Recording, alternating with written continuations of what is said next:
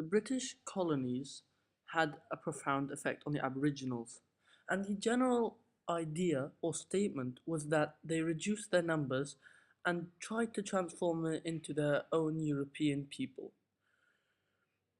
The three main points are land rights, which they attacked vigorously and denied any of the old traits that the Aboriginals used to have, laws and policies, which were not accepted by the Aboriginals in any way or form, and also how Aboriginals have been affected up to now.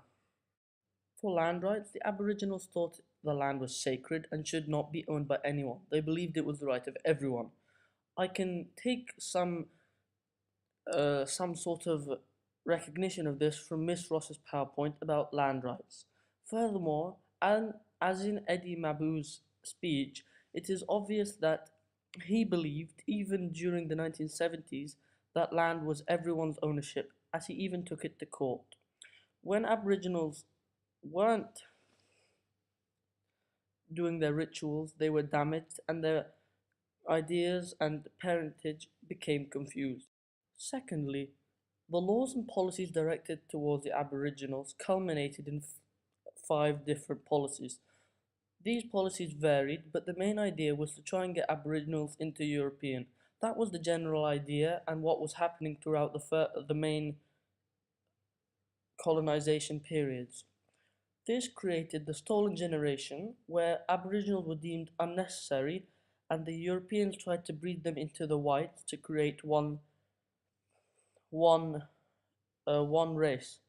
This breeding out created the stolen generation who do not have a single parentage and are actually quite confused in their nature. The diffusion of Christianity was where the Aboriginals were taken onto reserves and missions, and the Europeans attempted to transform them into Christian or European people. This definitely damaged their identity and affected them greatly. One of the first terms used by Europeans was terra nullius, or no man's land. They called it this because they thought Aboriginals were children and needed helping with.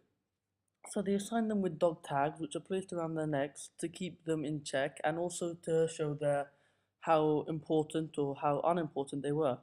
If they were good enough or European enough, they were even granted an exemption certificate, which I have actually seen in a photograph on one of Mrs. Ross's PowerPoints. This would grant them a varying degree of freedom depending on the specific exemption certificate. Not only this, but this actually restricted their dream time and clan groups, which were one of the main rituals that they performed.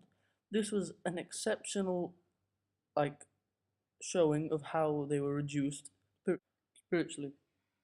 Today, though, Aboriginals are more or less thriving. There are notable Aboriginals in world media today, although in the general population there are reduced amounts of employment and there are notable amounts of drug abuse. This may be seen as an effect of the Europeans, and I totally agree, because they have been forced to live a way that they otherwise wouldn't have lived by, and they have been forced to adopt customs that they are not accustomed to.